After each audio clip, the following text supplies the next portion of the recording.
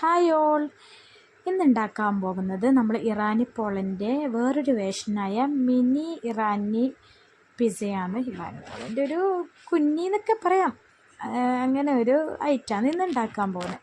ഇതെന്തായാലും നിങ്ങൾ ട്രൈ ചെയ്യേണ്ട മസ്റ്റ് ട്രൈ ആയ ഒരു ഐറ്റമാണ്. നല്ല അടിപൊളി ഐറ്റമാണ്.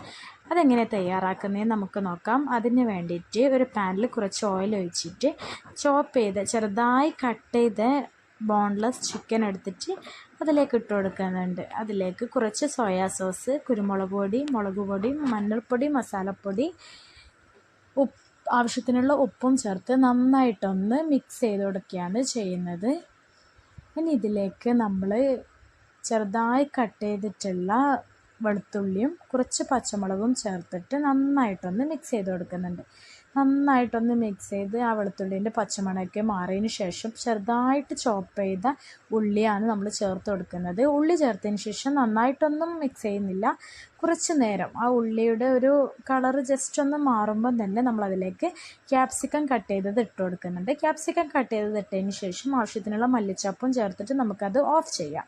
ഇനി ഇതിനുള്ള ബാറ്ററാണ് നമ്മൾ തയ്യാറാക്കുന്നത്. അതിന് വേണ്ടി 3 മുട്ട, 1 ഗ്ലാസ് ഓയിൽ, 1 ഗ്ലാസ് പാല്, അതുപോലെ തന്നെ 1 ഗ്ലാസ് മൈദ എന്നിവ ചേർത്ത് ഉപ്പ്, കുരുമുളക് പൊടി ഇവ ചേർത്തിട്ട് നന്നായിട്ടൊന്ന് മിക്സ് ചെയ്തെടുക്കാം. നന്നായിട്ടൊന്ന് മിക്സ് ചെയ്തെടുത്തതിന് ശേഷം ഇത് നമ്മൾ ഒരു പാനിലേക്ക് ഒഴിച്ചൊടുക്കുകയാണ് ചെയ്യുന്നത്. അതിന് വേണ്ടിയിട്ട് ഇതുപോലെ ഈ ഒരു ലെവലിലാണ് നമ്മളെ ബാറ്റർ വേണ്ടത്.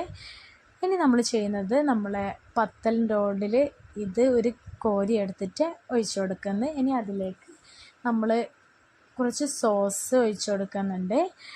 കുറച്ച് സോസ് ഇതുപോലെ ഒഴിച്ചതിന് ശേഷം നമ്മൾ ഉണ്ടാക്കിയ ഫില്ലിങ്സ് ഇതിൻ്റെ മുകളിലേക്ക് ഒഴിച്ചിട്ട് മൂടി വെക്കുന്നുണ്ട്. മൂടി വെച്ചാലാണ് ഇത് കറക്റ്റായിട്ട് വെന്ത് വരാം.